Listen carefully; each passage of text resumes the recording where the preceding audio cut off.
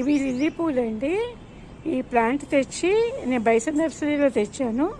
4 years అయిపోతుందండి. ఏమీ లేదు, అలాగే ఉంటూ వచ్చింది. ఏమి పూలు పూయటం లేదు, ఏమి చేయటం లేదు. మొక్క చాలా హెల్తీగా ఉందని తెచ్చుకున్నాను, చాలా బాగుందని. తెచ్చుకుంటే ఏమీ రావటం లేదు, ఒక్క లిల్లీ కూడా రావటం లేదు. ఏంటో అర్థం అవటం లేదు. ఏంటంటే ఈ లిక్విడ్ ఫెర్టిలైజర్స్ అన్నీ ఇప్పటికి సరిపోయాయి అన్నమాట. దీనికి ఏంటంటే అలోవెరా జెల్లు, పాలు ఒకటి, అంటే బెల్లం కూడా కలుపుతాను అనమాట. మళ్ళీ సోయా బీన్స్, పాలు, బెల్లం ఇవన్నీ ఏంటంటే 3 రోజులకు ఒకసారి ఒకటి విడిచి ఒకటి అలా ఇస్తూ ఉంటే ఇప్పటికీ దీనికి బలం సరిపోయింది అనమాట. ఇంత పెద్ద పువ్వు రావాలంటే అంత బలం కావాలన్నమాట. దానికి కావాల్సింది ఏదో తీసుకుని చక్కగా చూడండి ఎన్ని మొగ్గలు వేసుకొచ్చిందోను. అసలు ఎంత ఆనందంగా ఉందంటే అంత ఆనందంగా ఉందండి. మనకి ఎంతైనా ఓపిక ఉండాలి, సహనం ఉండాలి. అంటే పిల్లల్ని పెంచేటప్పుడు ఎలా పెంచుతామో మొక్కల్ని అలాగే పెంచాలండి. పెంచితే కనుక ఇంత బాగా మనకి రిజల్ట్ వస్తుంది అన్నమాట.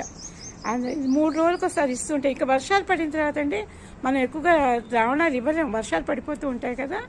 ఎప్పుడు వర్షం లేని చోటు చూసుకుని జాగ్రత్తగా ఇవ్వాలన్నమాట.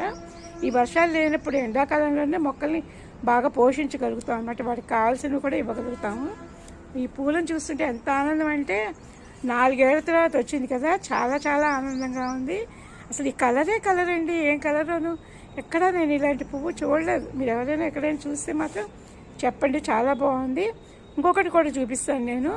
మహామారెడ్ అండి, వెళ్ళిపోతూ ఉంటే దీనికి కూడా అనమాట రోజు బనానా లిక్విడ్, నెక్స్ట్ ఏమో అలోవెరా, నెక్స్ట్ ఏమో సోయా బీన్స్ ఏంటంటే నానబెట్టేసేసి వాటిని మొలకలు వచ్చేలాగా చేసి వాటి పాలలు తీసి దాంట్లో కొంచెం అరకిలో బెల్లం అండి, కిలోకి అరకిలో బెల్లం అనమాట కలిపేసి 3 రోజుల నుంచి ఇస్తే కనుక చాలా బాగా వస్తుంది. ఇది అసలు పోతుంది అనుకుందాన్ని ఇంత బాగానండి చిగురు వేసుకొస్తుంది. 8 ఆకుల మారేడుదలం అనమాట.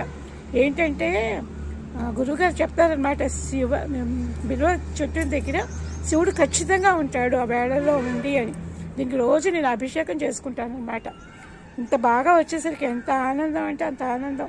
ఏదైనా ప్లాంట్ పోతూ ఉంటేనండి చాలా బాధేసేస్తూ ఉంటుంది. అమ్మో దాన్ని ఎలా రక్షించాలా, ఏం చేయాలి, రకరకాల ఆలోచనలు వస్తూ ఉంటాయి.